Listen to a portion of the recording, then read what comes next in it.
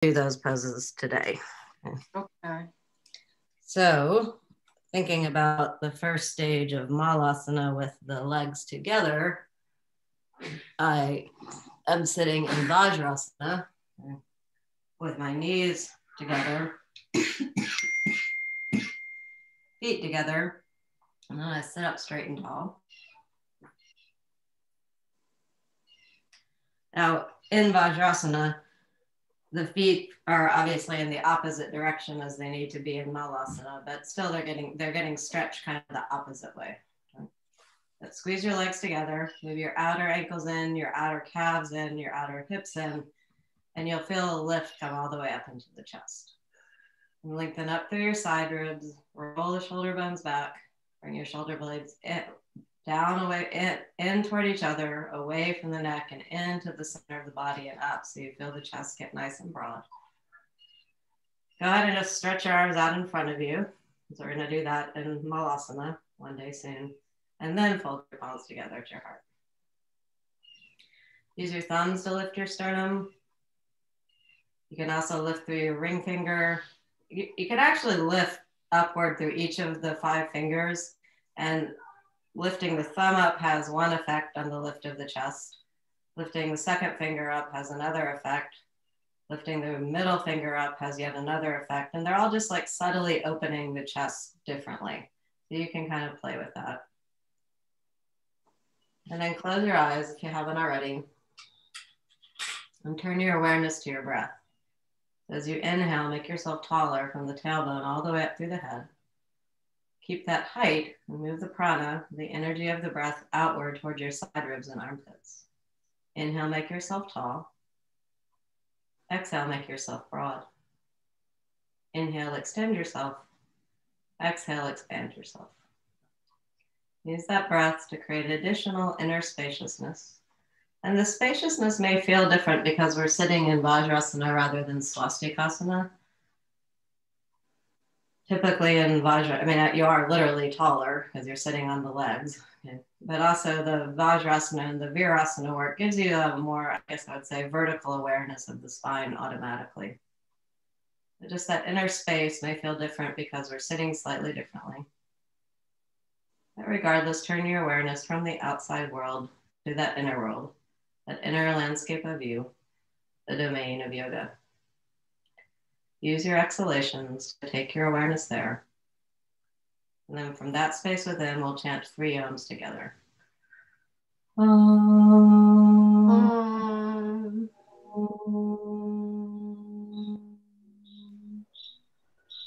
Om.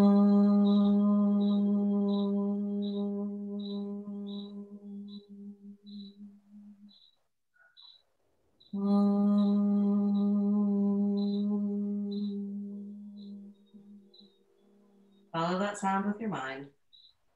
Follow the reverberation of the sound with your mind. And from that space, inhale once more. Keep your chest well lifted and broad. And bring your chin down to your chest and your hands down to your thighs with your palms up. And then raise your head and open your eyes. All right, so the legs right now, or the thighs right now, are in this shape of the first stage of Malasana, where we would be squatting. Right? The second stage of Malasana, in terms of the shape of the legs, and if you want to look at is the knees go wider, and there has to be space between the knees for your torso to get through. Yeah. So now just keep your toes together, but move your knees a little bit apart. And then go ahead and fold forward into Adho Mukha Virasana. Spread your palms on the floor, lengthen through the side ribs. You can even push your hands on the floor, and that brings the weight more back into the legs. And turn your toes under. Make your knees go just a little less wide. And then turn your toes under and push back into downward facing dog.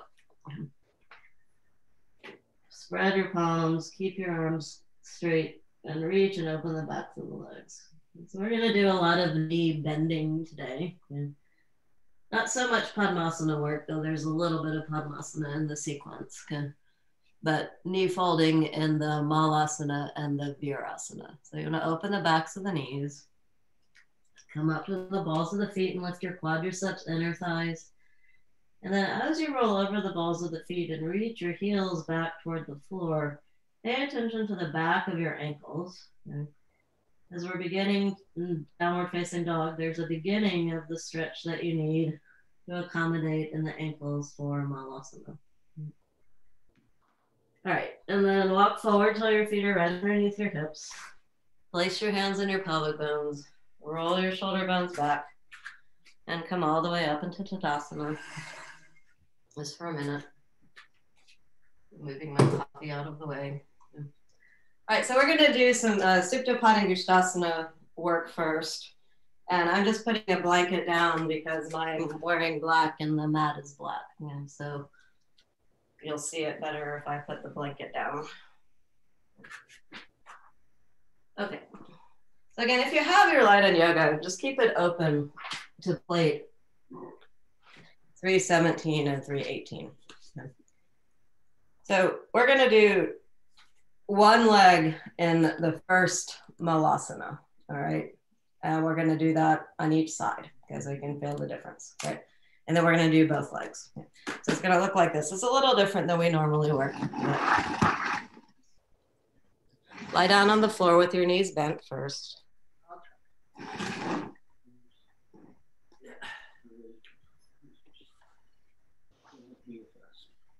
And with your knees bent here on the floor, you can hold on to the sides of the sticky mat with your hands and pull on the sticky mat so you feel those trapezius muscles release and your chest open. And you'll feel your buttock flesh get drawn nearer toward your feet. And that you should feel the abdomen also draw into the spine pretty readily. Yeah. Now stretch both of your legs out into Supta Tadasana.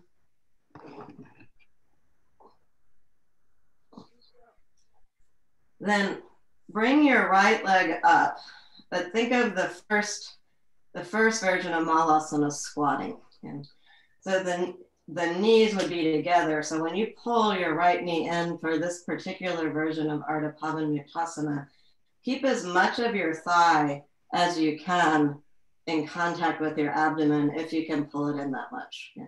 Now, the more you pull the leg in, and then also thinking about Malasana, go ahead and flex your feet and even pull your toes if you can back toward your knees or toward your face. Yeah. And you can feel that that changes a little bit the stretch in the groin, whether when you leave your foot just relaxed versus really flexed. Yeah. All right, then work with your breath. As you inhale, move the leg away from your torso. And as you exhale, you'll feel that abdomen move in toward the spine and you can pull the leg in a little bit more. Now, the more you pull your right leg in, the left leg wants to give way, so you have to really keep that left leg straight. Okay. And then do 2 more breaths. As you inhale, move the leg a little bit away from your torso. And as you exhale, pull the leg in closer to your torso. Inhale, move the knee a little bit away. It's not even the knee, it's actually the whole leg. And then pull in. And on that exhalation, the abdomen draws in. And you should have more space to pull that leg in. And then really flex that foot before you release. And then release that leg down to the floor. And before you bring the other leg up, just take a couple breaths so you can notice just pulling the leg in like that. Okay. The effect that just this pretty simple movement has on the abdomen and on the groin and the leg down. Like it feels like my right leg is just mushed down more toward the floor and my abdomen is withdrawn a little bit more. All right, and do the same thing on the other side. You're gonna bring the knee up. And as much as possible, your thigh is just right on the torso. It's not moving out to the side. Okay, think of it in terms of plate 317. You would be squatting with your knees together. Okay. Then to help with the foot, go ahead and flex your toes as much as you can. Even pull your toes back toward your knees like you would be over stretching the foot. And then work with your breath. As you exhale, you'll pull the leg in toward your torso. Keep stretching through your right leg. Inhale, move the leg a little bit away from the torso. Exhale, pull the leg in. And then one more time, pull the leg away. Make sure you're still flexing your feet and really drawing up from that little toe side of the foot into the outer hip. And pull your leg in. Okay, and then bring your both legs down. Okay, now think about plate 317 again. You're going to bring both feet up, keep them together, okay? Flex your feet, spread your toes, up from the little toe side of the foot into the outer hip. Okay? Now you could, just for fun, stretch your arms straight up toward the ceiling because that's the position that the arms are going to be in. And see how much you can bring your legs in toward your torso without using your hands first. Then go ahead and put your hands on your legs and pull your legs, both legs into the torso. Keep the legs together though. Okay? So you really got to move that outer knee toward the inner knee and keep your outer hips firm. And then work 2 cycles of breath very deliberately. As you inhale, move both legs away from you. And as you exhale, pull both thighs in to that receding abdomen. Keep flexing your feet. Make sure you're really pulling up through the little toe side of the foot. And then one last time on the exhalation, pull both of your legs in. Keep them in as much as you can, and then go back to the hand position for 317. Stretch your fingers straight up toward the ceiling. And then release your legs. Okay. And just feel that how much that, I mean, for me, it really just, it feels pretty profound in the abdomen. Oh, Kristen, you obviously are going to move your leg out to the side the whole time. Sorry, I forgot to say that. But you probably figured that out. Okay, so, and just feel the effect of the abdomen drawing in. Or you can sit in anytime. You can also do the work in Baddha Konasana. Okay, so now think about, you can roll to the side and look up for a second. Okay, so we did Supta Padangusthasana with the leg action for Malasana with the legs together. Okay. Now we're going to do Supta, the same work again, one leg at a time, but we're going to try and make our leg be like the shape of the leg that's here in the second stage of Malasana. Okay, that's what we're doing. And you can, Kristen, you can do Supta Baddha Konasana instead if you want, or you can work on doing this as well. Obviously, you're just not going to pull in as much. Okay, so try that. And bend both of your knees again. Hold on to the side of the sticky mat. Pull the sticky mat with your hands so you feel that your PCS muscles release and the buttocks move toward the heels. Then go ahead and stretch your left leg out straight. Okay. You're going to move your right knee off to the side. Okay, so it's at an angle. Okay. And I'm going to actually just hold the heel, the ankle with my opposite hand for a second. Okay. And then I can really pull in. You flex your foot. And so when you put, now I'm using both hands. When you pull that leg in, it's not on the abdomen much anymore. Okay. And then flex your foot and work with your breath for 2 cycles. As you inhale, move the leg a little bit away. As you exhale, pull the leg in and angle it off toward the knee. Sorry, angle the knee off toward the shoulder. There you go. And you'll feel that more. I feel it much more in the inner groin. Okay. All right. And then release the leg down to the floor. Feel the effect.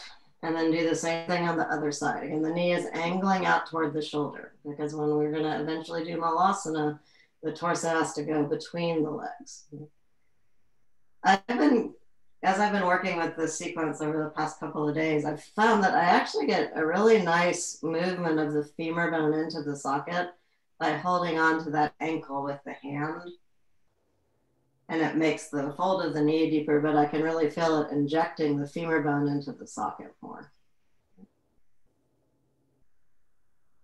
All right, and then release that leg down. Okay, now we're gonna try and do both legs. Okay.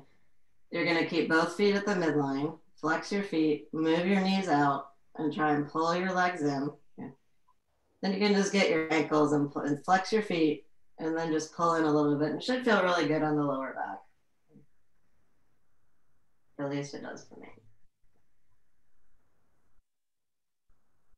All right, and then stretch your legs out straight again and just feel the effect on the groin and the abdomen from having done that work. Okay, and then bend your knees, roll to your side, and stand up. Hello, Pratima and Ashwini and Sugi, good to see y'all.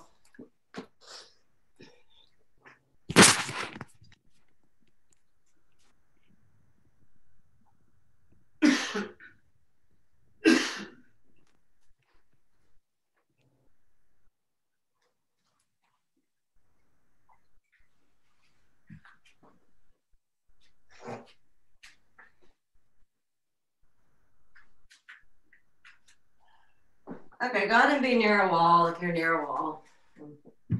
If you have a wall to be near. Yeah.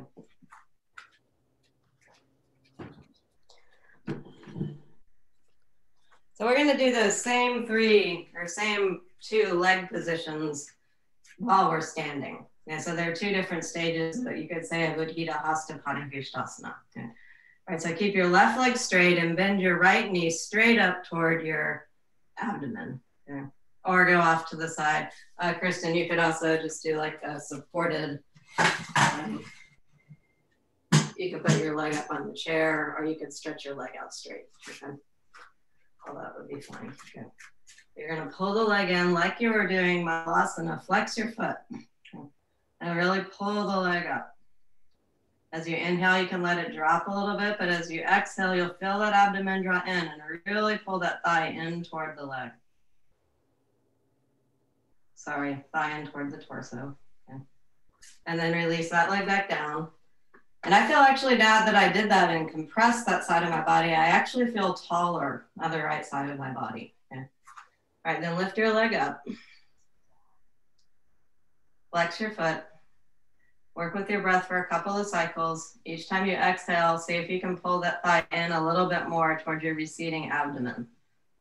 And one more time. Just the beginning stage of Udhita Hasta Padmasana.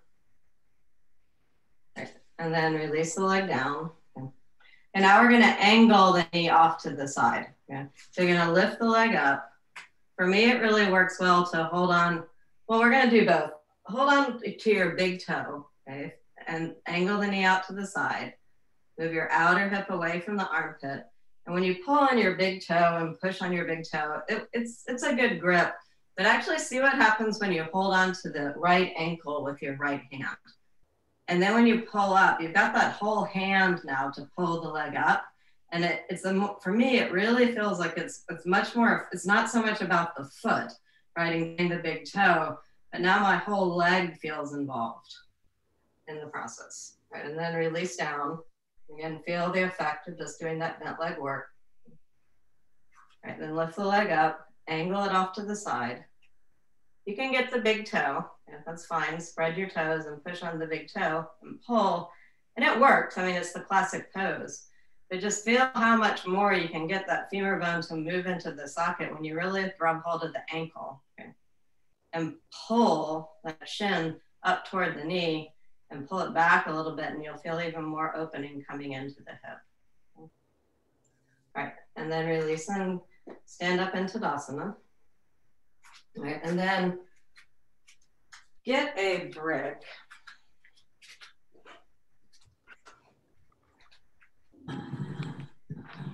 Just angling up so you can see here.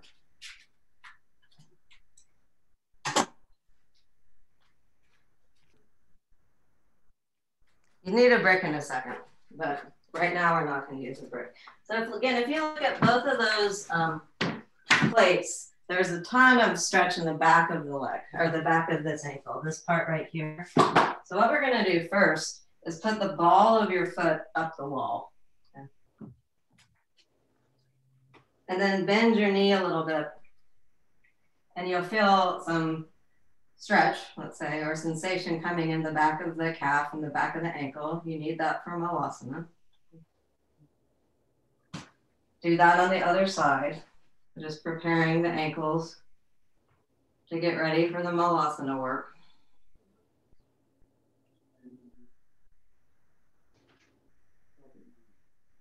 Okay. Then take your brick, put the brick at the wall.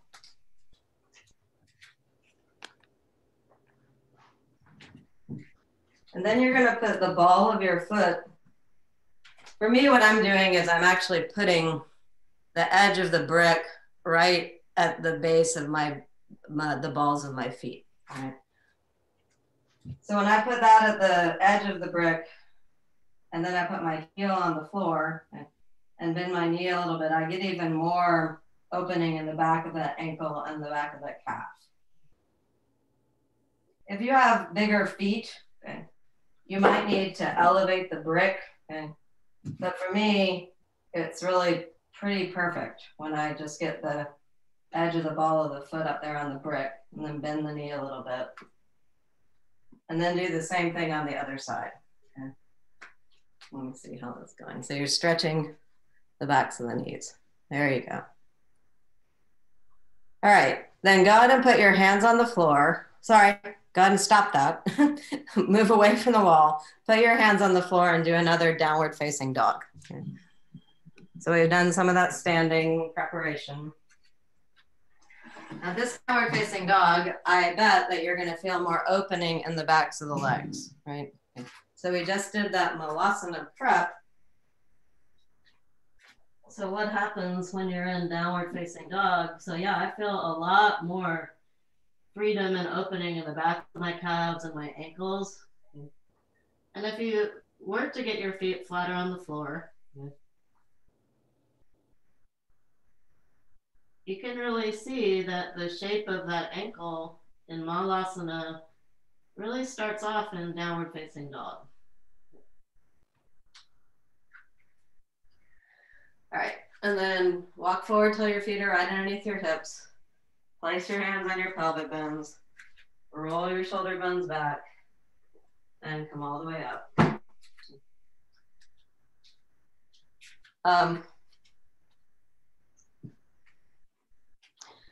We're gonna try some Malasana work, but I just wanted to show a variation of the pose. It's kind of nice. If you have a bolster and you have a wall, okay, put your bolster against the wall. If you don't, you can fold up some bricks. Okay. Then you're just gonna sit on your bolster and then make your feet go wide apart. Okay. And your feet and your knees are wide apart. And then you can stretch your arms out, or if you happen to have ropes, you can lift your arms up the wall or just hold on to the ropes. Okay. So this is a modification for Malasana for pregnancy, for some menstruation, for some other issues. And so, but it also just feels good, right? So even though it's a modification of what we're working on, it actually helps you release that width, helps you like release the groin. Okay. The other thing you can do if you get tired of the Malasana is just work in the Baddha Konasana and Konasana. Okay, all right. So there are kind of two approaches to the first one. One is from working from standing. Mr. Iyengar just in this, I think his instructions, let me read them, are something like squat. Okay. Yes, squat on the haunches with the feet together. Okay. The soles and the heels should rest completely on the floor. Okay. Raise the seat from the floor and balance. Okay. So he just has you squat down. Okay. But when I do it that way, it's a lot on my knees. Okay. So, and I can't right away get to the floor. So I'm going to put a blanket down that my heel, which is raising the floor for my heels. And then I have another blanket that I'm going to put behind my knees. Okay. So I have to bend forward a little bit, squeeze my legs together, get that blanket in there, and then I sit down. And sometimes I actually need to kind of take some of the weight off of the pose.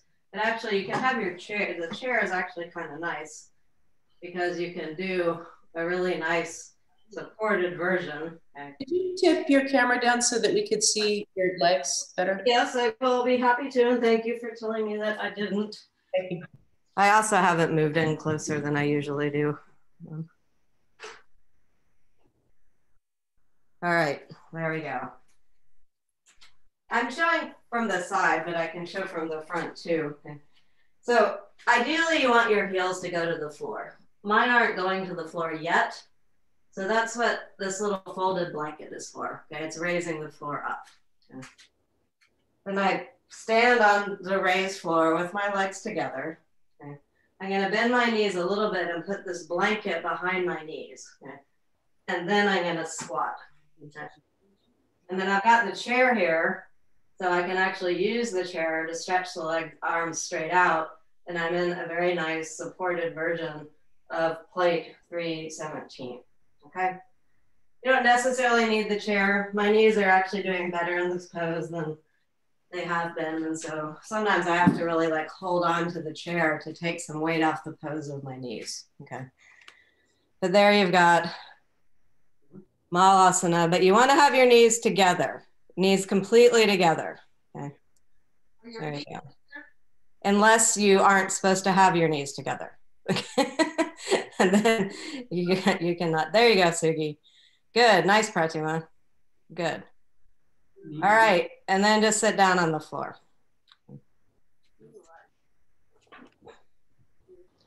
Now, there's also a version of doing that when Gita Iyengar instructs it. She instructs it in like gym for women from Dandasana. So I'm actually going to sit in Dandasana. I've got my bolster here, but so that's going to make it pretty easy. But you can either sit on the bolster or the floor. So you can sit on something. You don't have to be against the wall. But bring one leg up. Bring the other leg up.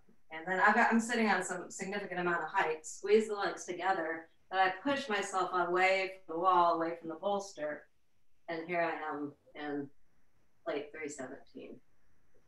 And my heels are getting closer to being on the floor.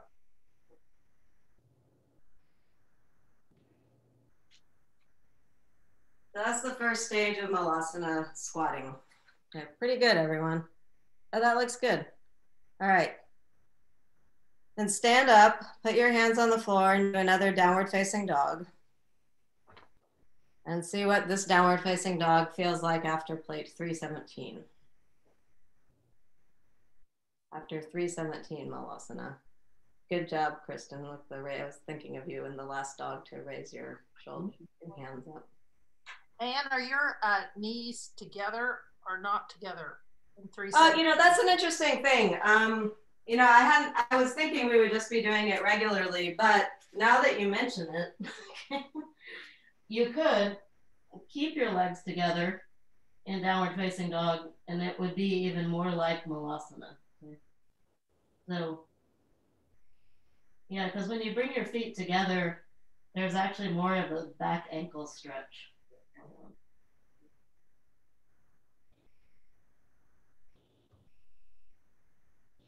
All right, then walk forward till your feet are right underneath your hips. Place your hands on your pelvic bones. Roll your shoulder blades back and come all the way up. All right, we're going to go back on the floor, do a little bit of Supta, more of the Supta Padangusthasana cycle. And then we're going to go for that second stage of Malasana as our kind of grand finale work. And then we'll get upside down briefly. All right, and I'm just putting the blanket down. Kirsten, you're going to do Supta Padangusthasana too, mostly. Okay. And you can do some of the wide happy baby work. Moving your knee off to the side. Or you can also do, you know, any of the suptas like Supta Baddha Konasana, Supta Vajrasana. All right. We already did the Ardha Pavan Muktasana. Right. So go ahead and get a strap. Lie down again with your knees bent.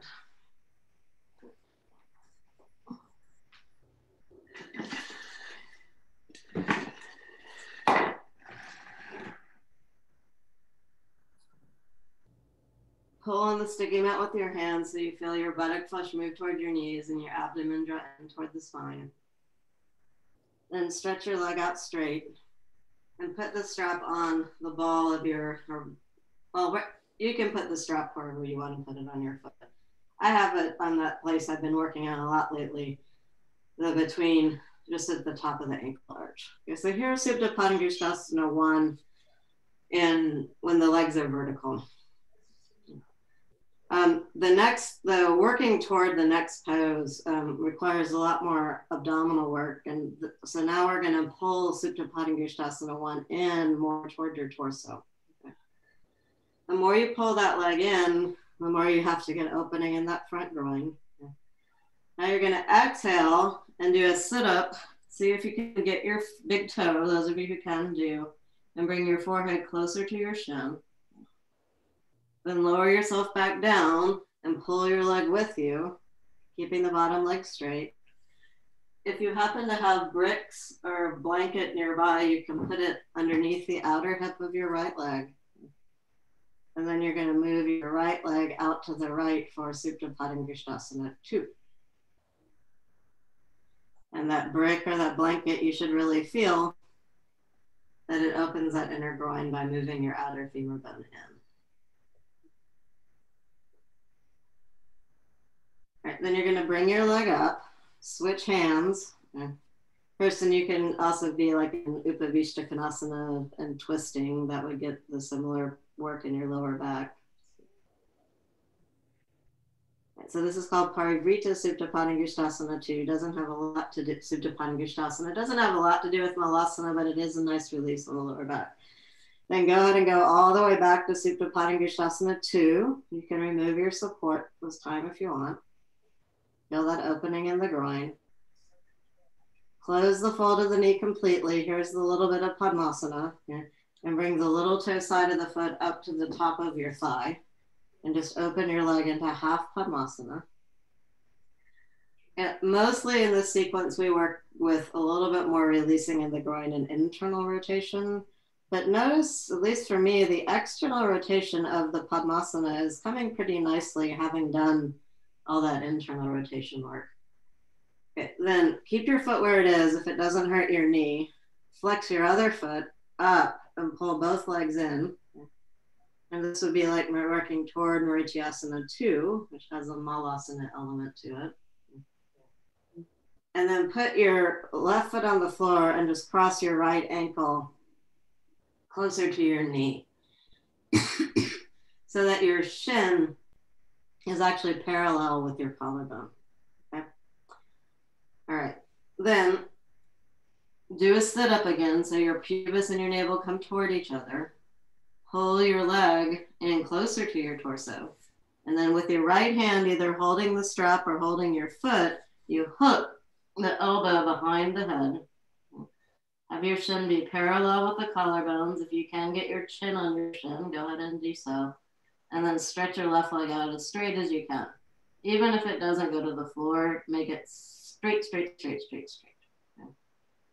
Then bend your legs and come back into Supta Tadasana. Okay. And you should feel the effect of that work on your outer hip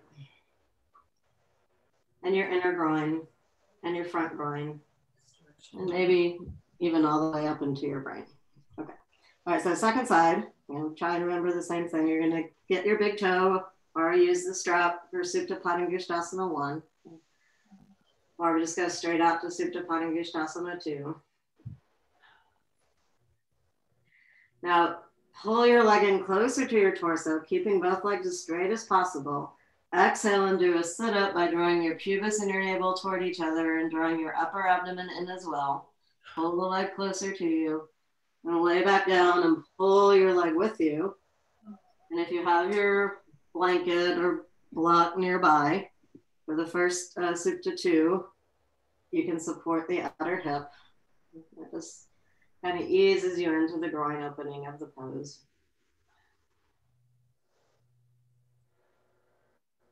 Feels really good to me. All right, and then switch hands on your leg. Come all the way over into Parivrita Supta Padangusthasana. First, then you can go to Upavishta Konasana and then do the upright turning. Move your outer left hip away from your armpit and open the collarbones really nicely. Right. Then go back to Supta Padangusthasana 2. This time, if you want to get rid of the support, go ahead and do so. Feel that opening in the groin.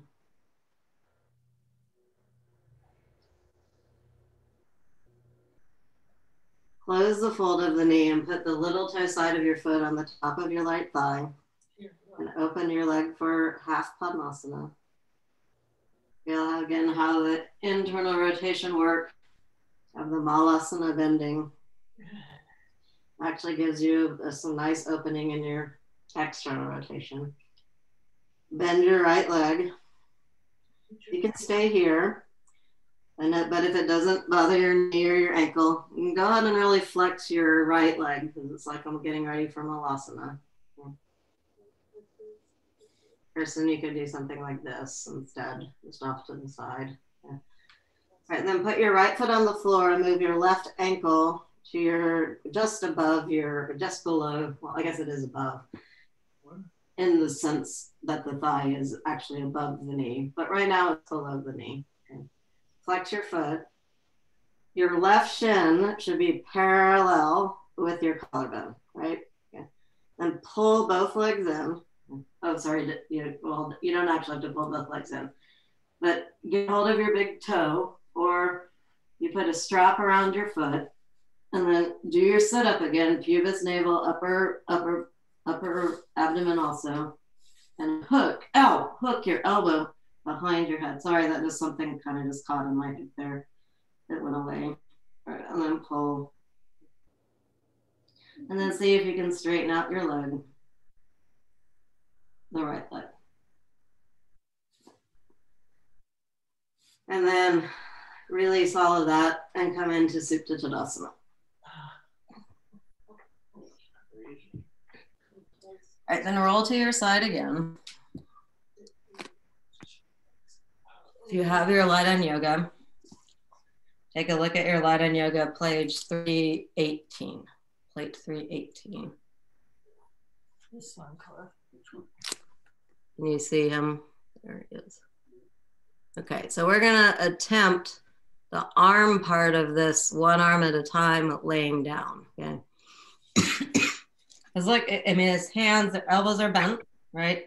Look and see that his biceps, right, are right on his shin, right? And in the Malasana part, he's really pushing on the shins to extend the torso forward, right? Okay, there you go. And his hands are flexed, right? So we're just gonna do one hand. Kristen, you can do half happy baby or Supta Baddha Konasana, or you can sit squatting in the Malasana at the wall. Okay, all right, but watch, it's kind of interesting how hard it is. All right, let's see I'm gonna do it this way so you can see. I'm gonna bend my right leg out to that side. Then I wanna get my bicep up on my shin. And then I'm going to push down with my bicep in the shin, and I'm going to flex my hand, and then I'm going to stretch my other leg out. I'm actually holding the right leg in place with my left hand, and I'm really flexing that foot. And so this is plate 318. Now I have to add the arm. So you have to do a sit-up and really try and get your bicep on your shin, flex your hand, and then push your bicep into your shin and extend the sides of the torso, or move the torso up toward the wall. Okay. It's kind of hard work, isn't it? All right, and then lie down and kind of rest, take a rest. Okay. And then you're gonna do the other side. Okay. So you're gonna ankle the knee off to the side, flex your foot. You might need to hold the ankle in place with your other hand. Now you're gonna try and get your bicep on the shin, flex your left hand, push with your bicep into your shin, and you'll feel that the groin releases more and you can lift up more. And then release and come down. It would actually feel very nice to do Supta Baddha Konasana. Okay, so we're gonna try actually before we try it with both legs, everyone just join your feet together and do a Supta Baddha Konasana. Okay. Because that's a lot of, Malasana can be a lot of compressing in the abdominal region. Yeah. So in Supta Baddha Konasana, you have the opportunity to let the abdomen kind of release and soften. Before we do one more kind of quasi-abdominal arm balancing work. All right, so now you're gonna bring both feet together. Your knees are out wide. You're gonna lift up and do a sit-up, and can you get one hand to the one bicep to the shin? Can you get the other bicep to the shin? Can you get both biceps to the shin and really flex your hands?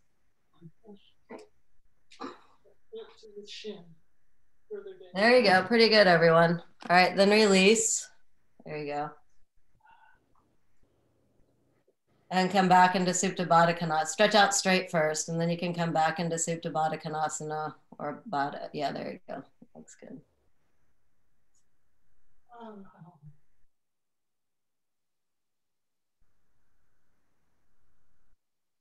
Okay, are you ready to try putting it all together?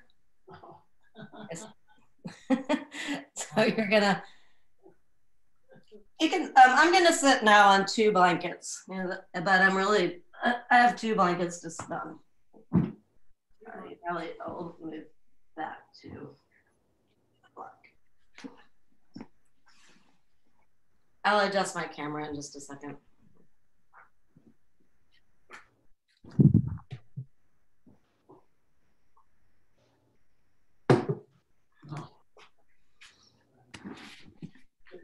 All right, so I'm up on 2 blankets just to give myself a little bit of advantage. I'm gonna bring one leg up, and I'm just gonna try it with one hand, right? So I'm leaning forward, and I've got my bicep on my shin and my hands on the floor. Right? And that's pretty hard. Kirsten, you could do something really nice and lovely, like move your leg out wider and do like a Vajrasana 1 twist, which will feel really good. Okay. All right, you're gonna try, but you're gonna lean, everyone else, you're gonna lean forward and get your hand on the floor. And then do the same thing on the other side. Okay, so you're gonna bring the leg up, the foot's at the midline, the knees out wide, you're gonna lean forward, push that bicep into the shin and have your hand on the floor. Now we have to actually do it squatting. We don't have to, but that's what we're doing. Okay, so I'm gonna come onto my feet.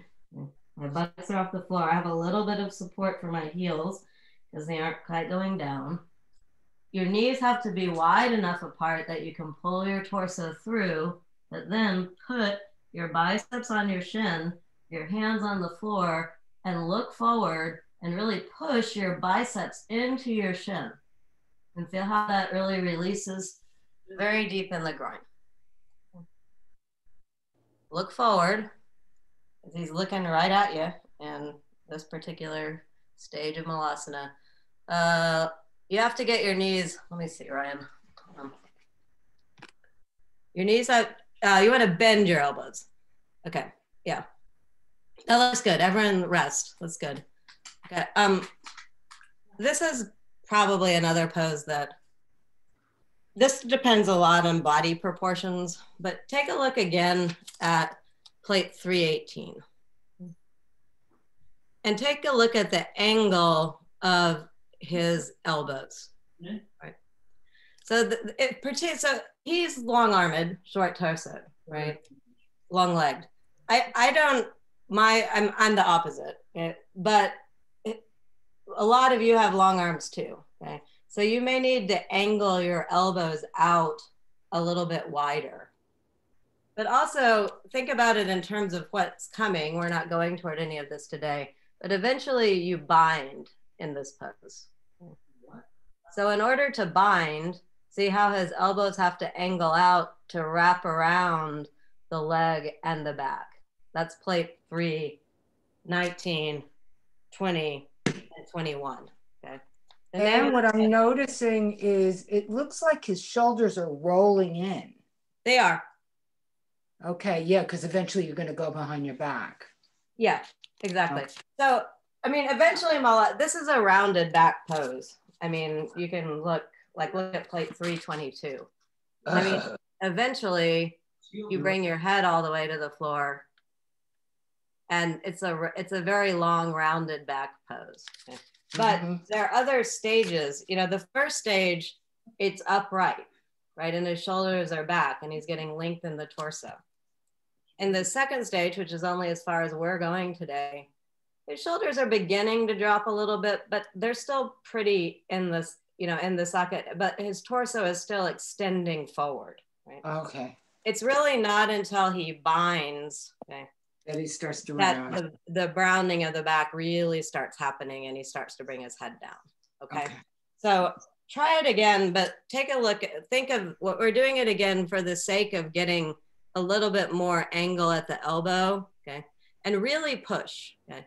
Really push your arms against your shins. So yeah, that's it, Chaya. Very good. Okay, so try it one more time. Feet together. There you go, Pratima. I'm gonna try and show. This way now. Hopefully I'll look just like Mr. Iyengar. You. So see how it's not, I'm actually angling my elbow back and out to the side. And when I do that, I can actually get my hand a little bit closer. And I'm really pushing. I'm pushing my shin, I'm pushing on the floor. I'm pushing with my biceps as much as I can, and I'm extending that torso forward. And feel that opening in the groin when you really push with your shins. All right. Yeah, okay. All right. Oh, that's beautiful. These look really good, everyone. Good job. Okay. And you would be well primed if you wanted to just push forward into Bakasana, right? Okay. And you're like, what's that? So you could, from here, just take off and sneak yourself into Bakasana. I can't see you. You can't see me? Okay. Yeah. There. Okay, so I'm really in. This is the beginning stage of Malasana, but it sets you up for, hold on, let me try a different setup.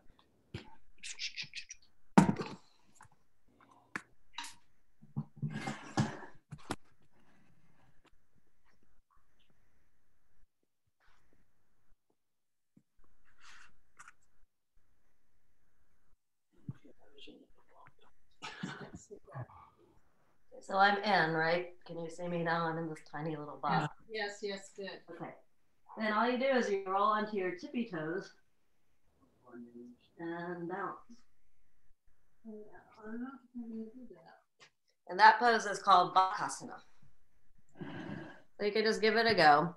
But you really, because now you've got weight, right? Now your shins and your biceps they're kind of prepared. There you go. Good, Kristen. Nice. So that stage of Malasana is really, it's important for Malasana, but it's actually really the preparation for all kinds of taking off of forearm balances. Okay, good job. Downward facing dog.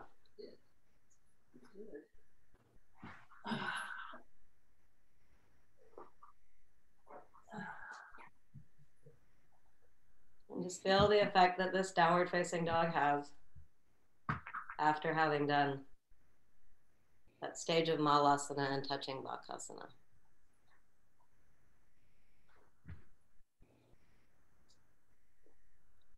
All right, then walk forward till your feet are right underneath your hips. Place your hands on your pelvic bones. Roll your shoulder bones back. Come all the way up. And then you're going to sit down again on the floor.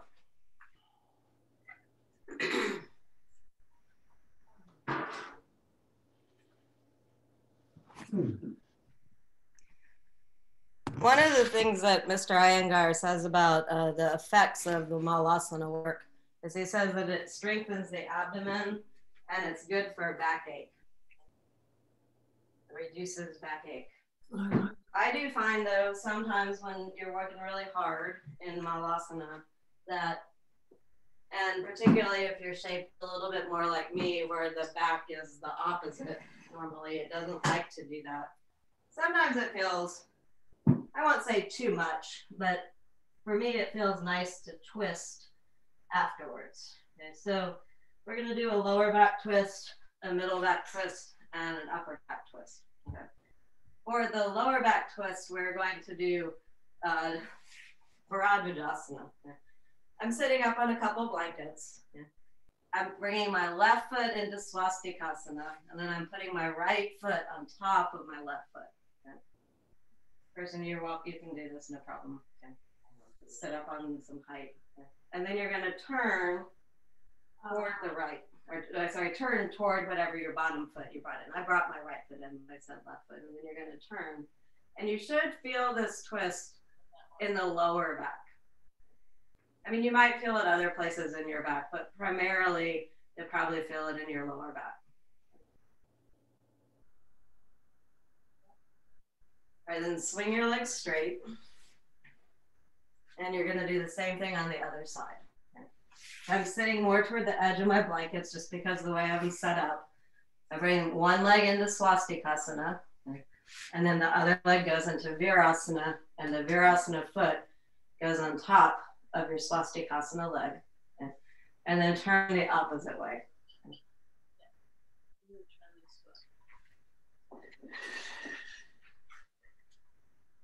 You probably feel this. I feel this mostly like a spreading across the lower back and a release across the sacral region.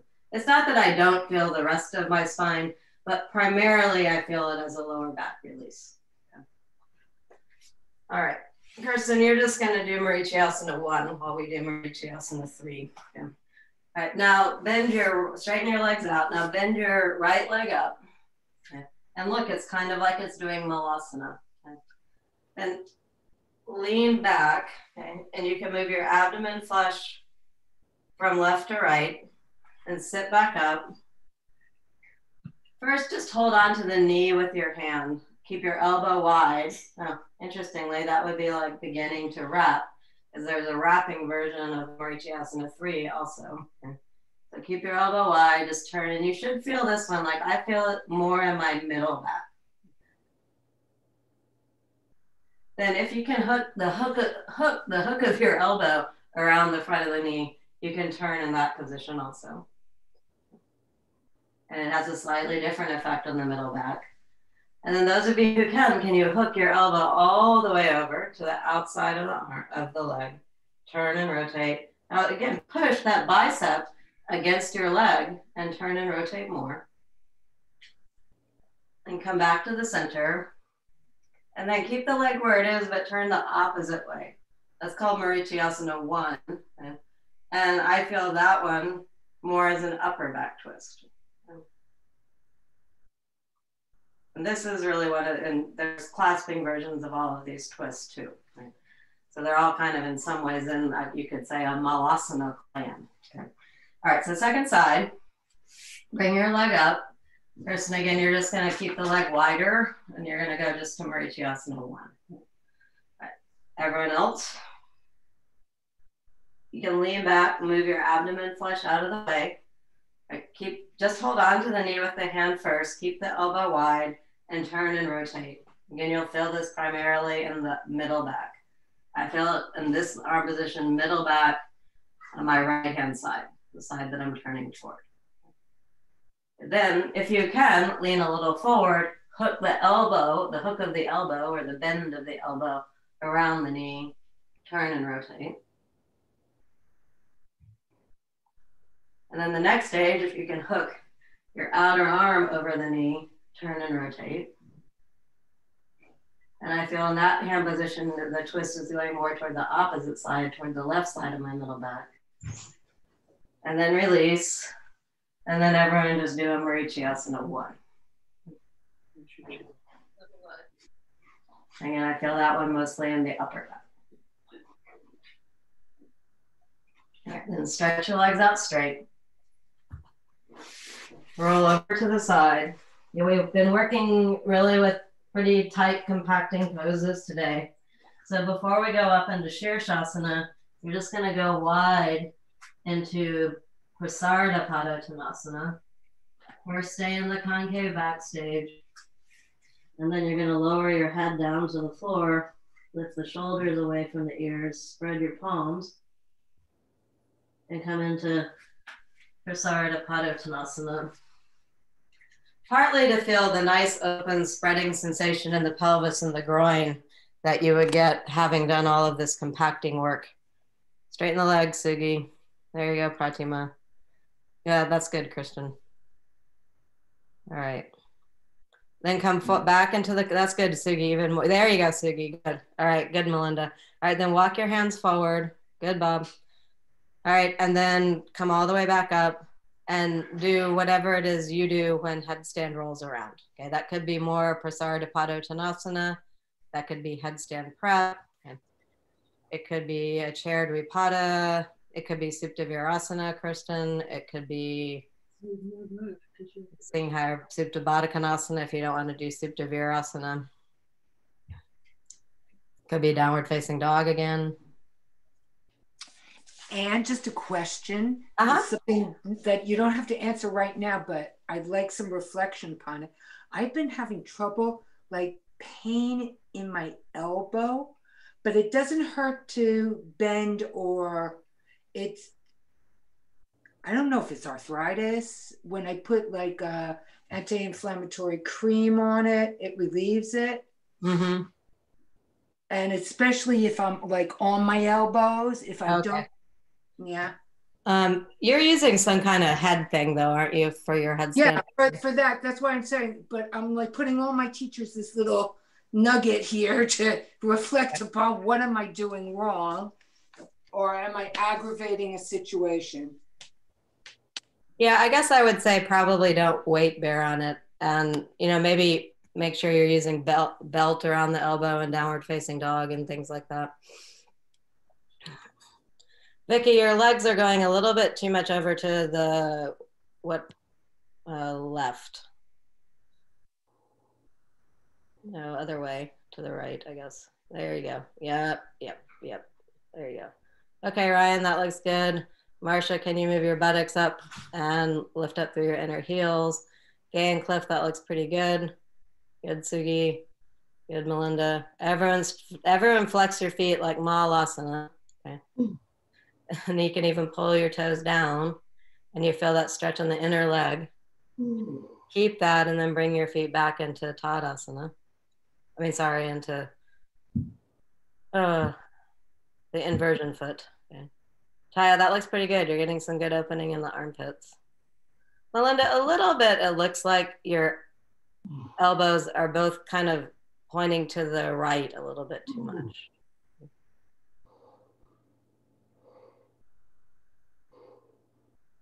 It could be the camera angle, Vicky, because usually you're much more straight up and down. That it just, just the legs seem to be a little bit wanting to drift.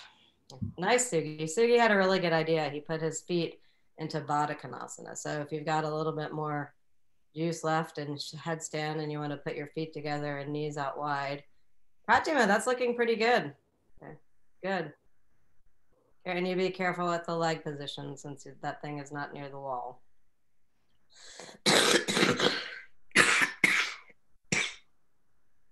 Excuse me. All right, then bring your legs back up straight. And bring your legs down to the floor.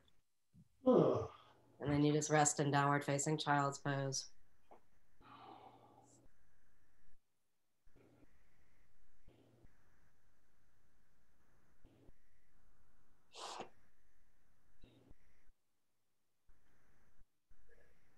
Okay, those of you who want to do a full-on shoulder stand, make your shoulder stand set up now. Those of you who, you could also do chair shoulder stand. That's a perfectly fine option. Or you can go ahead and just choose to go into legs up the wall pose. Okay. So pick something that is inversion oriented and the shoulder stand humanity. It could also be a bolster setu bandha, Kristen, would be another possibility. You could bring your chest and shoulders off the chest on the bolster, but head and shoulders off the bolster. So make whatever you're going to do for your shoulder stand set up.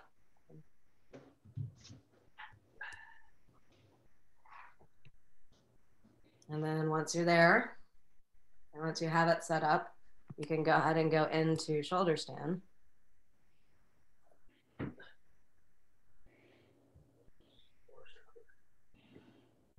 Nice, Bob. Yeah, that's not bad, Ryan. Can you get your elbows a little closer together, Ryan?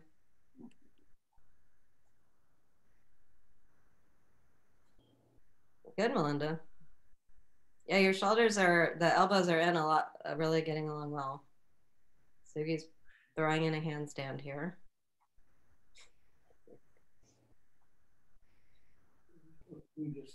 Totally fine. Don't do that. It's not right. What's not right? I'm not doing that. This do it for, yeah. That looks pretty nice, Kirsten. I can't tell exactly what you're doing, but it looks good. Good, Marsha. Those of you who are in full-on shoulder stand, you can also come, if you come into plow pose, bend your knees and bring your knees on either side of your head. That's Padmasana, and it's a lot like Malasana work, right? Okay. So if you want to just kind of touch, yeah, that's it, Melinda. If you want to touch the Malasana work here, you can. And then you just go, Bob, you're bringing your legs too far away from the chair. Yeah, like that. Yeah, so chair shoulder stand, actually, maybe I'll talk about this in the inversion class. But chair shoulder stand has basically two leg positions. One of them is when the legs are back resting on the chair itself. And that's actually the chair shoulder stand, okay? Because you think about the front of your body right now, your chin's toward your chest, those are in chair shoulder stand. And so it's more like the shape of shoulder stand. When you move your legs off of the back of the chair and going straight up toward the ceiling, that's a bit more like Viparita Karani in terms of the shape of your legs and your pelvis. They're both a fine way to work. Just kind of FYI that in the chair work. All right, good job, everyone. Okay. All right, those of you who are in legs up the wall pose, you go ahead and stay there for another few breaths. Everyone else who's in Sarvangasana, come out into Halasana, roll out, and then join the legs up the wall pose people in legs up the wall.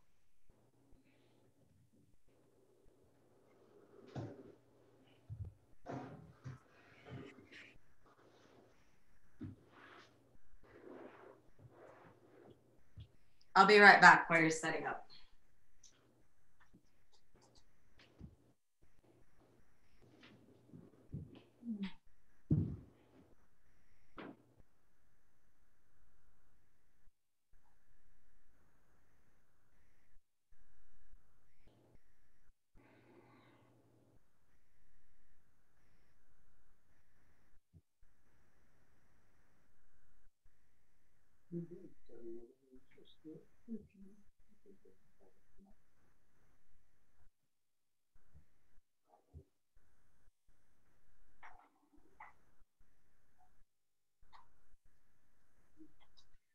Okay, once you've settled into legs up the wall pose, let your eyes release into the back of your head.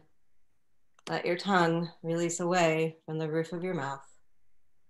And clench your jaw. Let the back of the throat release. Let the sides of the throat release. Let the base of the throat release. Let your ears draw inward. Completely relax the features of your face. Become quiet within.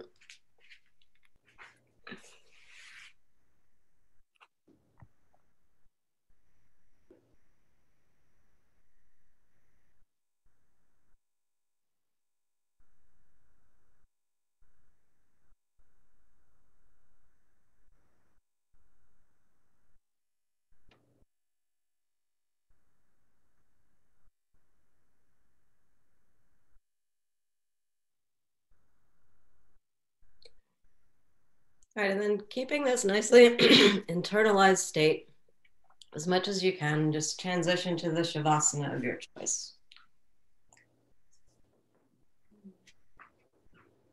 What? Shavasana? Yeah, Shavasana of your choice.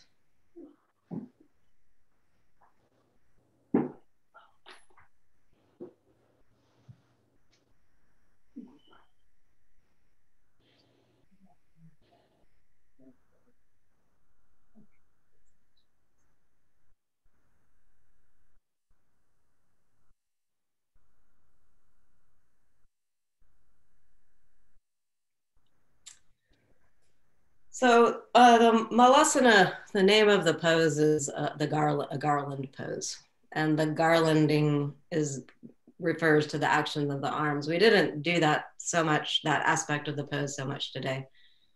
But generally, you garland things that you have a sense of reverence for. Right? It could be an image of a deity, and could be a teacher, could be a visitor, depending on the cultural setting. But I like to, it's a hard pose for me. It's not one that I really enjoy doing. And a couple of weeks ago, I realized I really haven't been doing it much. So I decided to spend some time with it. But I do really resonate with that idea of garlanding something, because you're garlanding yourself. So I think of the pose as something that symbolizes the reverence that you should have for your own practice, and how the practice and what your practice gives you. And it really is a gift, right, to yourself. And you should appreciate the fact that you have built up these time, whatever time it is in your practice. And you have an awareness of what the practice of yoga gives you, so much so that you carve out space and time in your daily life to do some of it. You have reverence for that, even if I don't always think of it in those terms, but this pose reminds me to think of it in those terms. So as you're here in Shavasana, yes, observe the effect that the work has on your Shavasana. Yes, just be in the experience of Shavasana. But sometimes it's really nice to work with the imagery or the symbolism of the particular poses as well, as a way of experiencing Shavasana, or any of the poses. You could hold that idea in mind in any pose.